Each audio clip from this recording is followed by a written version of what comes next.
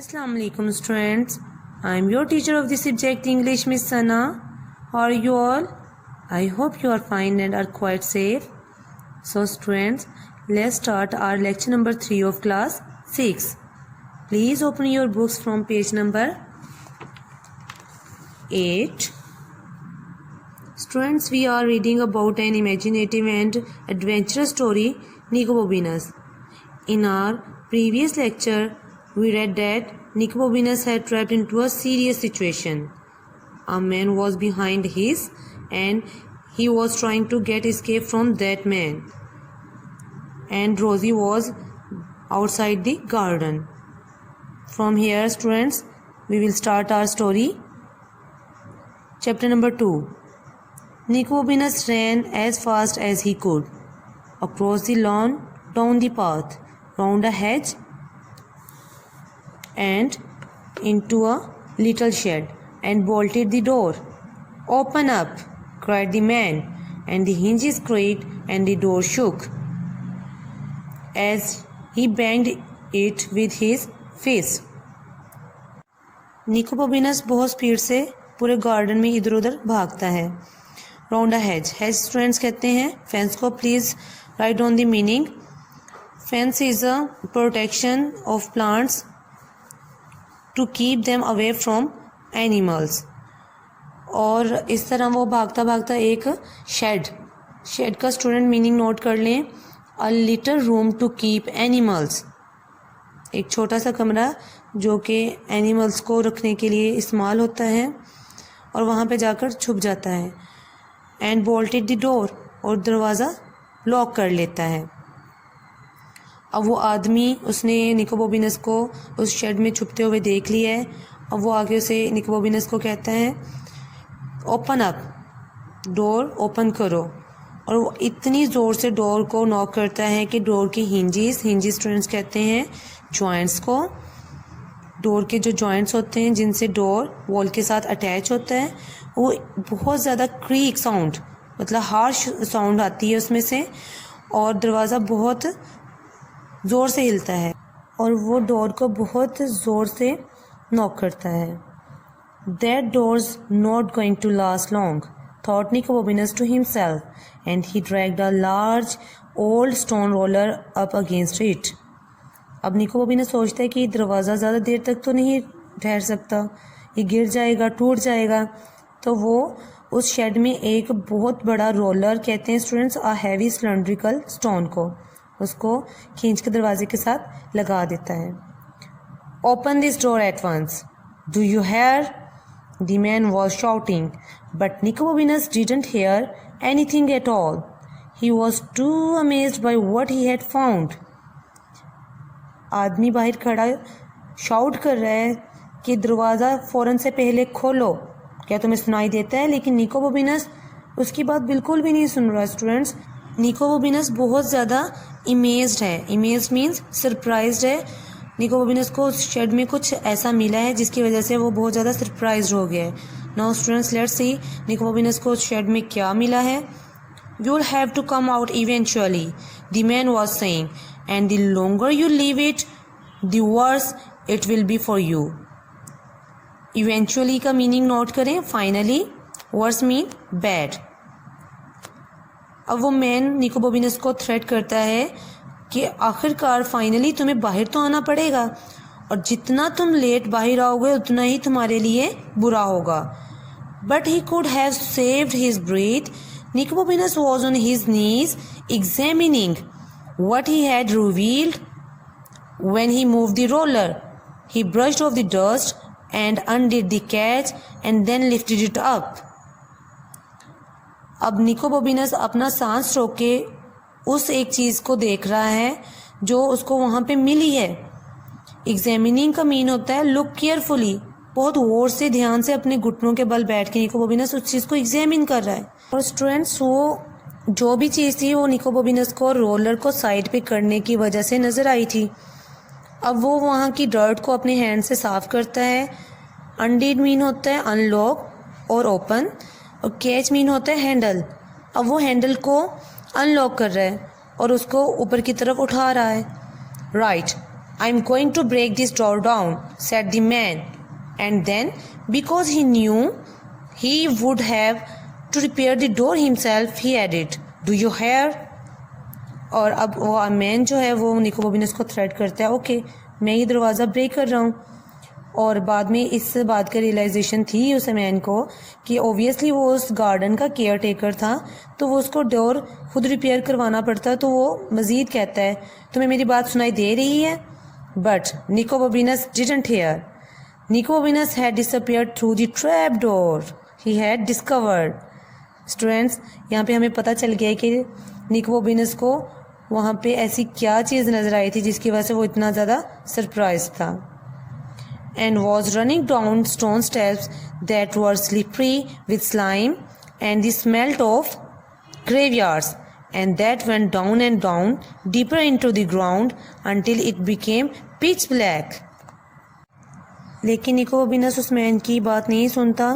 वो उस trap door से डिसअपियर हो जाता है और वो स्टोन स्टेप्स के नीचे उतरना शुरू हो जाता है। वो स्टोन स्टेप्स बहुत ज़्यादा स्लिपरी हैं क्योंकि उनके ऊपर मड है। The meaning of slime is mud. और उसमें से ग्रेव यार्ड की स्मेल आ रही है। ग्रेव यार्ड्स का मीनिंग है अ बरियल ग्राउंड वेयर वी बरी डेड पीपल। और निको बॉबिनस सीढ़ियाँ उतर को बहुत नीचे चला जाता है, इवन के वहाँ पे हर तरफ डार्कनेस हो जाती है। पिच ब्लैक का मीनिंग है very dark. Rosie said Nicobobinus to himself, this is all your fault. Students, यहाँ पे निको बॉबिनस अब रोजी को ब्लेम कर रहा है, ये सब तुम्हारी ही गलती थी। फॉल्ट का मीनिंग है मिस्टेक।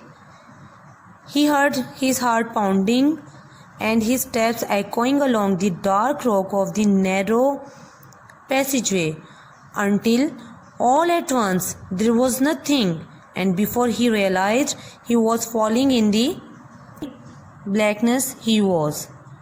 अब निको बॉबिनस का हार्ट बहुत तेज़ी से बीट कर रहा है। पाउंडिंग मीन होता है स्टूडेंट्स बीटिंग। और जब वो सीढ़ियाँ नीचे उतर रहा है तो उसके फुट स्टेप्स की रिपीटिंग साउंड भी आ रही है, echoing repeating sound.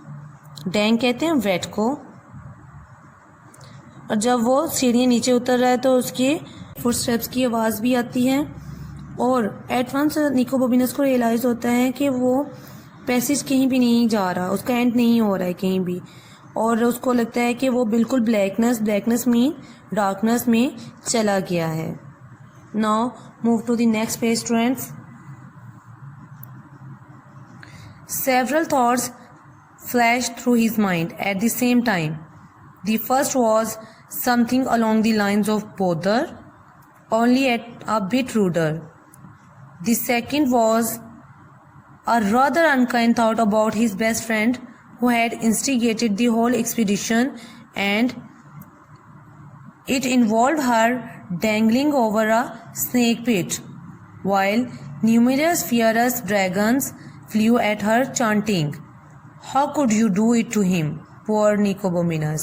The third thought was, suppose it's a well, a deep, unused well with slippery sides that you could never climb and icy water at the bottom that...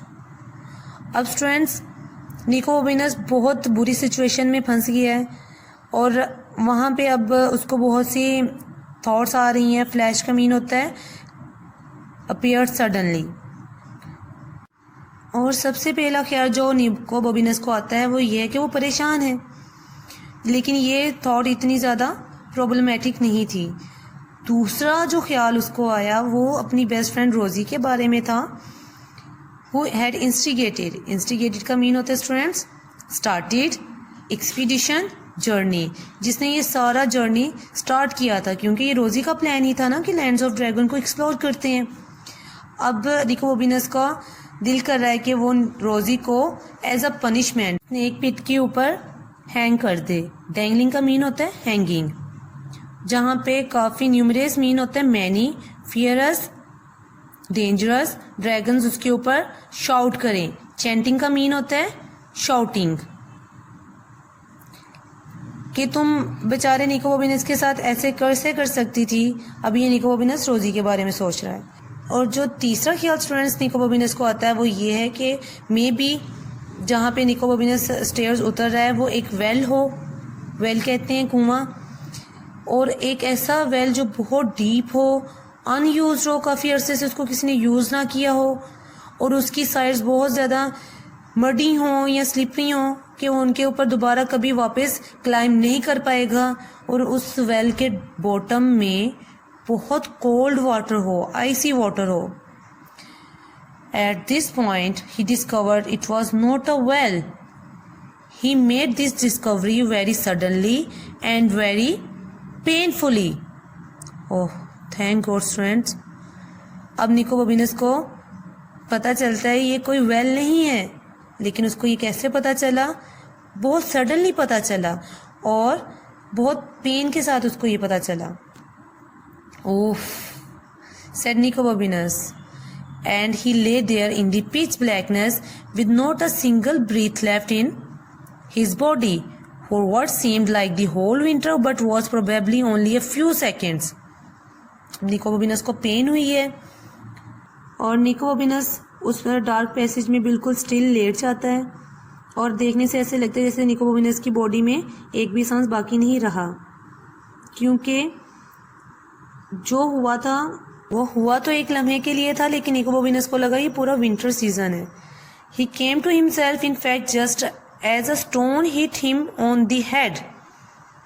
of, said Nicobobinus again, and then realize he could hear footsteps high above him. Stop sir, he called out, but the footsteps kept on coming down. अभी निको बॉबिनस अपनी पहली ही pen से निकला ही था कि एक और स्टोन आके उसके हेड के साथ स्ट्राइक करता है। अब निको बॉबिनस को फिर पेन होती है और इसी तरह निको बॉबिनस महसूस करता है कि कोई उन स्टेयर से नीचे आ रहा है और वो उसको रोकने की कोशिश कर रहा है। अब ऑब्वियसली स्टूडेंट्स, वो कौन होगा? वो वही मैन हो सकता है जो उसके पीछे था निको बॉबिनस के। अब वो निको बॉबिनस उसको आवाज़ देता है, प्लीज़ रुक जाइए, लेकिन वो मैन और वो फुटस्टेप्स नीचे की तरफ ही आ रहे हैं। आहा, I have got you now, cried the man, and I shall beat every bone in your body until it is black and... students, इसके बाद डॉटेड लाइन है, इट्स मीन आदमी की बात अभी ख़त्म नहीं हुई है, वो कुछ और भी कहना चाहता था, लेकिन something will happen to him. अब वो मैन बहुत ज़्यादा एक्साइटेड है और निको बॉबिनस को कह रहा है, देखा मैंने तुम्हें पकड़ लिया और मैं अब तुम्हें इतना मारूंगा कि तुम्हारी बॉडी की each and every single bone जो है उसको ब्रेक कर दूंगा, और इतना मारूंगा कि तुम्हें मार मार कर... यहाँ पे उसकी बात अधूरी रह गई है। निको बॉबिनस paused. The man was going to say blue, but in fact the next word he uttered sounded more like Bergfagruff. It was not a word with which Nico Bobinus was at all familiar, but he understood its meaning perfectly and moved smartly out of the way. अब students, Nicobobinus को लगा कि वो man blue कहने वाला है next word. Black and blue students होता है एक इडियम जिसका मीनिंग होता है टू बीट समवन बिटरली, किसी को बहुत ज़्यादा मारना और मार मार कर अधमुआ कर देना। तो अब स्टूडेंट निको बॉबिनस को तो लगा कि वो ब्लैक एंड ब्लू कहने लगा है, लेकिन जो नेक्स्ट वर्ड उस मैन ने बोला, अटर्ड मीन होता है सेड, वो कुछ इस तरह से था, बैकफागरफ। वो कोई ऐसा वर्ड नहीं था जिससे निको बॉबिनस फेमिलियर था। Familiar means non. वो निको बॉबिनस इस तरह के किसी भी वर्ड से फेमिलियर नहीं था, लेकिन निको बॉबिनस को उसका मीनिंग बहुत अच्छी तरह से समझ में आ गया और वो बहुत ज़्यादा एक्टिवली वहाँ से मूव कर जाता है उस रास्ते से। एक्चुअली स्टूडेंट्स, अब वो मैन कहने तो ब्लैक एंड ब्लू ही लगा था, लेकिन हुआ यूँ कि वो स्लिप कर गया। अब वो गिरते गिरते उसका ब्लू बैकफागरफ की तरह प्रोनाउंस हुआ, क्रैश, और उस मैन के गिरने की साउंड आती है। Are you all right?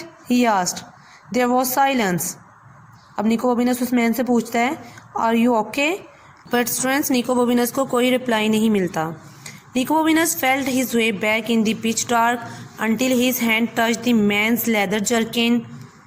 The man was lying as still as death, but he was breathing. और स्टूडेंट्स अब निकोडेमस उस डार्क पैसेजवे में अपना रास्ता फाइंड करते हुए जा रहा है और अब सडनली निकोडेमस का हैंड जो है वो उस मैन की लेदर जर्किन कहते हैं स्लीवलेस जैकेट को, उसके साथ टच होता है और वो मैन वहाँ पे बिल्कुल स्टिल लेटा हुआ है जैसे कि उसकी डेथ हो गई है। बट स्टूडेंट्स उसकी डेथ नहीं हुई है, वो अभी भी सांस ले रहा है। As you can see in this picture the man was lying as still as death and Nicodemus was sitting beside him. And now students, as you can see, Nicodemus was really worried about him. And what will happen next? We will discuss it inshallah in our next lecture. Till then students, take care of yourself and read this story by yourself. Thank you. Allah Hafiz.